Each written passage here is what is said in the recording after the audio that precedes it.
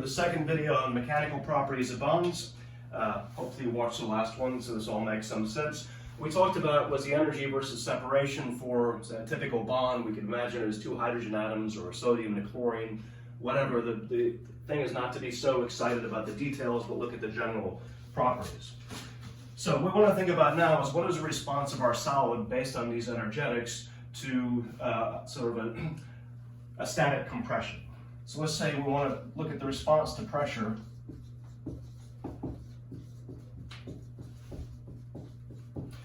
meaning uniform compression. So the idea is that I've got some cube of my stuff here.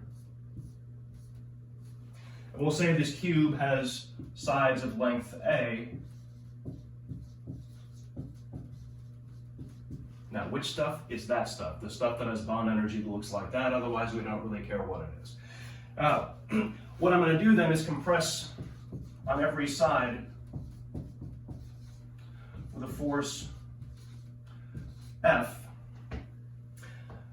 which means there'll be a stress, which is just force per unit area, which we'll call sigma.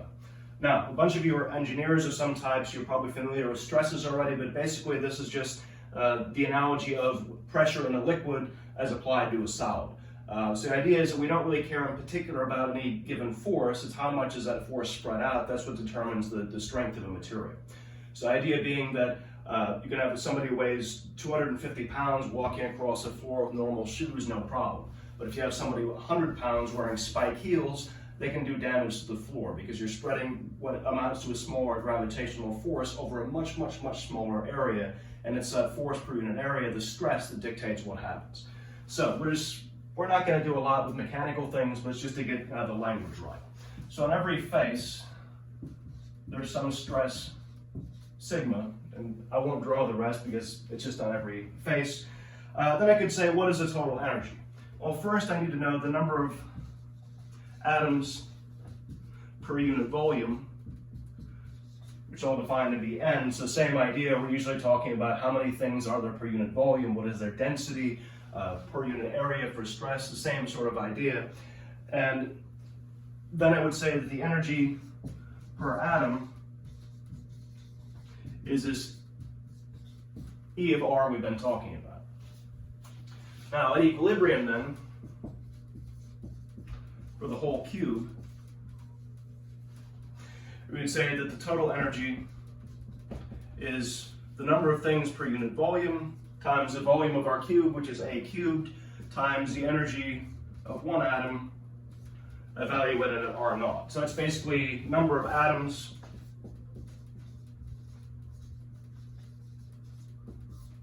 and the energy per atom. So now what happens if we compress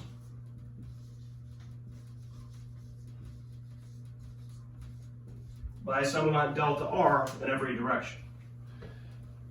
So what we need to figure out then is what is the new energy? Since the energy explicitly depends on the separation distance, which now we're changing, that's what we have to worry about. So in principle, after the compression, the energy is now n times A cubed times the energy evaluated at R naught minus some amount delta R.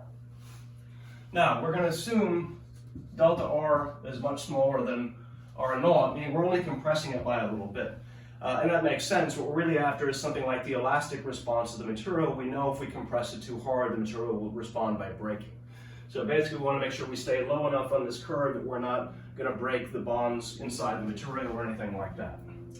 So if this is the case, what we can use is a Taylor series about R naught. So meaning, if we look at the energy per atom, well, the first term would be just the equilibrium value. Then I've got the first order term, which will depend on the variation of E with R around R naught, times the separation distance. And I'm going to erase this now that you've seen all that. And then comes the second order term, a half second derivative evaluated at equilibrium times delta r squared. And then higher order terms, but as physicists, by the time we get to order 2, we're bored and we stop doing it. If we can't do it exactly, we're not going to go through all this mess. Anyway, so now if we look at this, the difference between these two is just some constant, or we could say call E of R naught minus delta R minus E of R naught. We'll just define that to be, say, delta E, which really isn't all that interesting because, first of all, this value is just a constant anyway. But if I wanted to, I could just say we're going to choose an energy scale that magically makes this number 0. I can pick my origin wherever I want, so I can basically not even worry about the first term. Now the second term, if I look at this, that goes as dE dr. But if you remember, minus dE dr is equal to the force. Well, what is the force at equilibrium? By construction, it's 0. That's the defining characteristic of equilibrium, is that there's no net force. So this term is 0. So far out of 3 terms, the first 2 are either 0 or could be made to be 0 without any loss of generality. That leaves us only this term. You can hear my dog is becoming angry in the background. And what does this look like but a half times what amounts to be just some constant, since this is a function evaluated at a particular point, times the separation distance squared, which is just like 1/2 kx squared for a spring. So on more rigid mathematical grounds, at least somewhat more rigid, we can say that indeed our system looks like a mass spring system, meaning the response is going to be elastic. And there's my very angry dog coming in. He's quite annoyed that not everybody's following the curfew here in Tuscaloosa. But we're not going to let you out right now.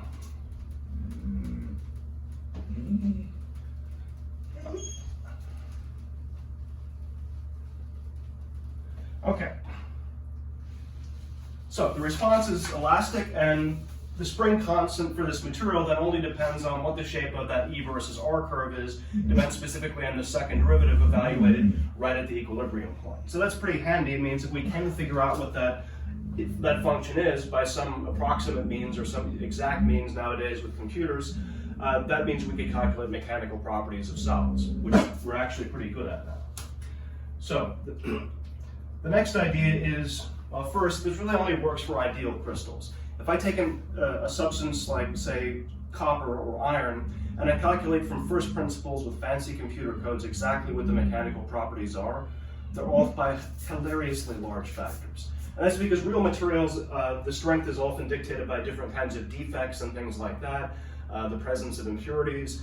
So real materials are super complicated. What we're talking about are what are the mechanical properties of an absolutely perfect single crystal of copper or iron or something like that. Which are not easy to come by, but they are real things we can test and see how well these ideas work. Okay, so what we can do to go further with this is look at what is the work done in compressing.